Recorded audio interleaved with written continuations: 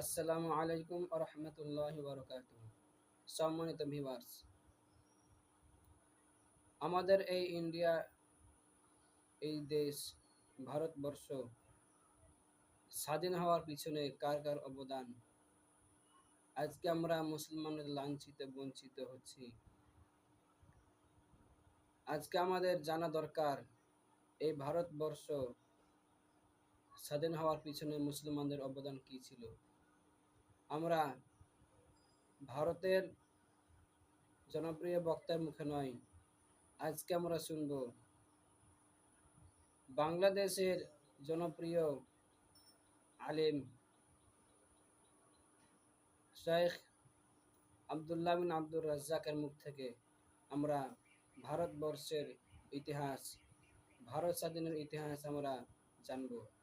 ভিডিওটি আপনারা দেখুন, বুঝুন, বেশি বেশি করে শেয়ার করুন, যেন সবাই শুনতে পারে, সবাই জানতে পারে। আমরা তো ইন্ডিয়ার মানুষের কাছ থেকে শুনেছি, আজকে আমরা শুনব ভারত থেকে নয়, বাংলাদেশের জনপ্রিয় আলেমের মুখ থেকে। তো ভিডিওটি আপনারা শেষ পর্যন্ত দেখুন। এই চ্যানেলে নতুন হলে চ্যানেলটি সাবস্ক্রাইব করুন, সাবস্ক্রাইব করে বেল বাটনটি টিপে সঙ্গে থাকুন। ভিডিওটি শেয়ার করুন, লাইক করুন, আর কমেন্টে জানান আপনার কেমন লেগেছে। আজকেও ভারতের মাটিতে যেখানে জাতীয় পতাকা উত্তোলন করা হয়, স্বাধীনতা দিবস উদযাপন করা হয়, বিজয় দিবস উদযাপন করা হয়, সকল অনুষ্ঠান সম্পূর্ণ করা হয়, সেই লালকেল্লা মোগলদের তৈরি করা। সম্মানিত উপস্থিতি, যে তাজমহল দেখিয়ে সারা পৃথিবীর কাছে কোটি কোটি টাকা ইনকাম করছে। যত পর্যটক ভারতে আসে তার 80 থেকে 90% পর্যটক তাজমহল দেখার জন্য আসে। সেটাও মুঘল আমলের মুসলমান শাসকদের তৈরি করা, যদিও সেটা তৈরি করা ইসলামের দৃষ্টিতে জায়েজ নয়, কিন্তু তারপরেও তারা মুসলমানদের তৈরি করা জিনিস থেকে নিজেদের ইনকাম, নিজেদের শাসন কার্য সব কিছু পরিচালনা করছে আর মুসলমানদের বিরুদ্ধে বিরোধিতা করছে। এটা খুবই হতাশাজনক।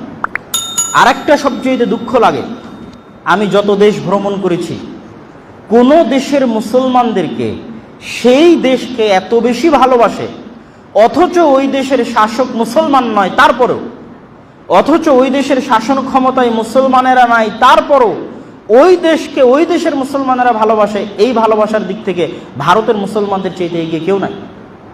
ইংল্যান্ড বলেন, আমেরিকা বলেন, জার্মান বলেন, ফ্রান্স বলেন, যেগুলোতে মুসলমানেরা বসবাস করে, তাদের শাসক মুসলিম নয়, কিন্তু তারা জার্মানকে, ইংল্যান্ডকে, আমেরিকাকে, আমেরিকার মুসলমানেরা যতটা না বেশি ভালোবাসে, এরকম যত অমুসলিম দেশ আছে, ওই অমুসলিম দেশে বসবাস করা মুসলমানেরা ওই অমুসলিম দেশকে যতটা না ভালোবাসে, তার চেয়ে বেশি ভারতের মুসলমানেরা ভারতকে ভালোবাসে। এই জন্য তাদের কাছে অপশন থাকার পরে 1947 সালে তাদের কাছে অপশন ছিল যে তারা পাকিস্তানে চলে যাবে, বাংলাদেশে চলে আসবে। এই অপশন থাকার পরও তারা ভারতের মাটিকে পরিত্যাগ করেনি, ভারতে মুসলমানদের ঐতিহ্যের ভালোবাসায় তারা পরিত্যাগ করেনি।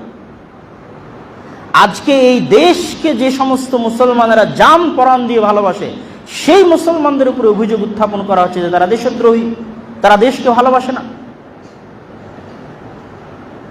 সবচেয়ে আশ্চর্যের বিষয় হচ্ছে 1757 সালে পলাশীর প্রান্তরে যখন সিরাজউদ্দৌলার পতন হয় এবং তারপর থেকে ব্রিটিশ ইস্ট ইন্ডিয়া কোম্পানির যে শাসন শুরু হয়, মনে রাখতে হবে যে এই শাসনের পতন মুসলমানদের পতন ছিল, মুঘল সাম্রাজ্যের পতন ছিল। এই জন্য ব্রিটিশদের কারণে সবচেয়ে বেশি কষ্ট মুসলমানেরা পেয়েছিল। এই জন্য ব্রিটিশদের বিরুদ্ধে সবচেয়ে বেশি জিহাদ, সবচেয়ে বেশি রক্ত, সবচেয়ে বেশি প্রাণ মুসলমানেরা ঝরিয়েছে।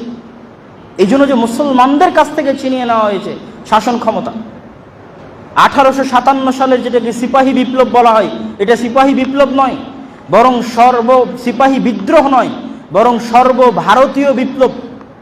বাহাদুর শাহ জাফর যে বিপ্লবের নেতৃত্ব দিয়েছিলেন, এই বিপ্লবের নেতৃত্ব দেওয়ার কারণে হাজার হাজার লক্ষ লক্ষ মুসলমানকে ব্রিটিশরা হত্যা করেছে।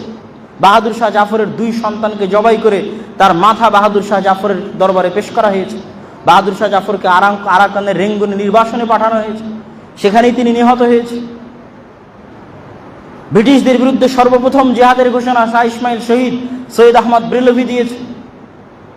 এই যে মুসলমানদের দীর্ঘ আন্দোলন, ব্রিটিশদের বিরুদ্ধে স্বাধীনতা আন্দোলন, যেটা 1947 সালে 14 আগস্ট পাকিস্তান, বাংলাদেশ এবং 15ই আগস্ট ভারত যে স্বাধীনতা লাভ করে, এই স্বাধীনতার পিছনে সবচেয়ে বেশি অবদান মুসলমানদের ছিল, সবচেয়ে বেশি রক্ত মুসলমানদের গেছে। আর আজকে সেই মুসলমানদেরকে ভারতে দেশদ্রোহী, রাষ্ট্রদ্রোহী বলা হচ্ছে। এর চেয়ে বড় মিথ্যাচার, এর চেয়ে বড় ইতিহাসের অন্যায় এবং জঘন্যতম ঘটনা পৃথিবীর ইতিহাসে আর হতে পারে না। এবং দিন শেষে এর ক্ষতি ভারতের হবে। এই ধরনের প্রচারণার ক্ষতি ভারতের হবে। কি জন্য হবে? বাংলাদেশের চেয়ে বেশি মুসলমান ভারতে বসবাস করে, পাকিস্তানের চেয়ে বেশি মুসলমান ভারতে বসবাস করে। সত্যিকার যদি গণনা হয় তাহলে দেখা যাবে সারা পৃথিবীর সবচেয়ে বেশি মুসলমান ভারতে বসবাস করে। কোনোদিন যদি সত্যিকার আদমশুমারি হয়, গণনা করা হয়, তাহলে সারা পৃথিবীর সকল মুসলিম দেশের চেয়ে সবচেয়ে বেশি মুসলমান ভারতে বসবাস করে। এত বিশাল জনসংখ্যাকে একটা দেশে যদি দ্বিতীয় শ্রেণীর নাগরিক বানিয়ে দেওয়া হয়, তৃতীয় শ্রেণীর নাগরিক বানিয়ে দেওয়া হয়, তাদের বিরুদ্ধে বিদ্বেষ পোষণ করত যদি বানিয়ে দেওয়া হয়, ওই দেশ কোশ্চিনকালে উন্নত হতে পারবে না। এবং ওই দেশের ধ্বংস হওয়ার জন্য এই একটা কারণই যথেষ্ট, যেটা ভারতের যারা বিজ্ঞ মানুষ তাদের বোঝা উচিত। মোগল বাদশাহ আলমগীরের শাসন আমলে তার দরবারে 148 জন উচ্চপদস্থ হিন্দু ছিল। আজকে বাদশাহ আলমগীরকে হিন্দু বিদ্বেষী বলা হচ্ছে। আজকে বিজেপি সরকারের শাসন আমলে কতজন মুসলমান উচ্চপদস্থ আছে?